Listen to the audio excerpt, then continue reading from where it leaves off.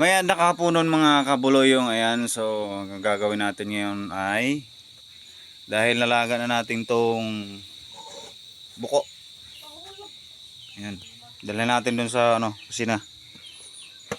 So papakita ko sa inyo kung paano pag tanggal nito sa shell nya.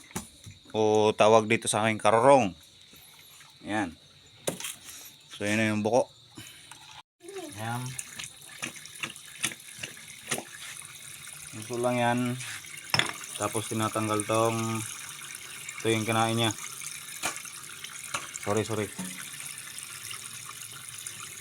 Sa loob. At ito yung ngipin niya. Tinatanggal yun, tinatapon mga kabuloyong. Yan. So hugasan natin.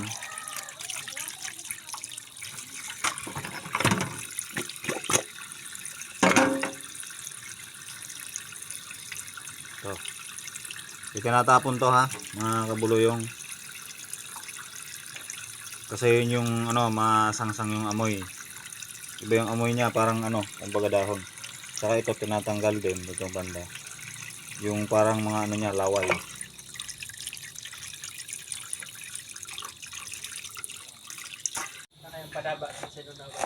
Ayan, natanggalan na natin ng sa shell niya. Lalagyan natin ng asin. Konti na asin. Ayan. Lalagyan natin asin, tapos suka. Lalagyan natin. Para matanggal mga kabuloy yung natin, yung laway ba. No? Ayan. Tapos mekos lang natin mga kabuluyong, ganyan. Ayan.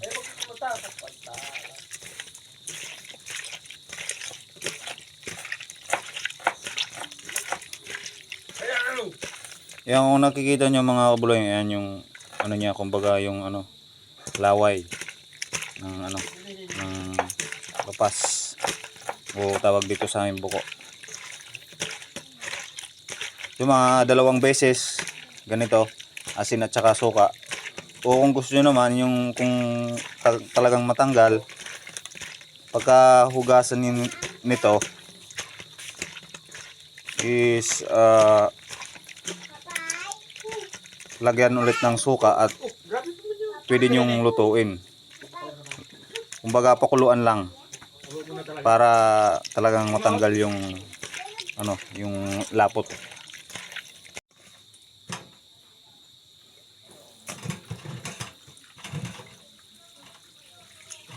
Hugasan na natin, ayan, tinugasan na nga natin Tapos banlaw lang.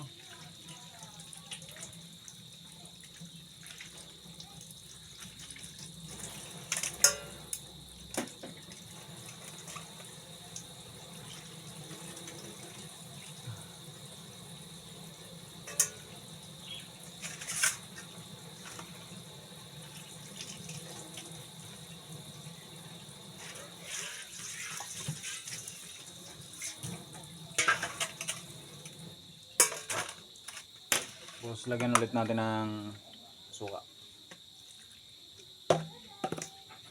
Yan, mekos ulit natin mga kabuluyong. Konting asin.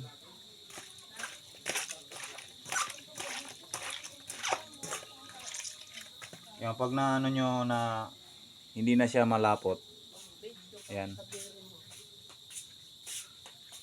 Okay na yan. Hugasan na lang, tapos gagayatin na lang pagkatapos. Sugutin mo pag slice. Yan, ganyan. Yung pinaka niya, katawan ganyan, hati. Tapos slice niya maliit. Maliit lang, mas maganda pag maliit lang mga kabuluyong, kasi mas mabilis siya lumambot pag iluluto. Pero malambot na siya pag sa pa lang, sa laga pa lang.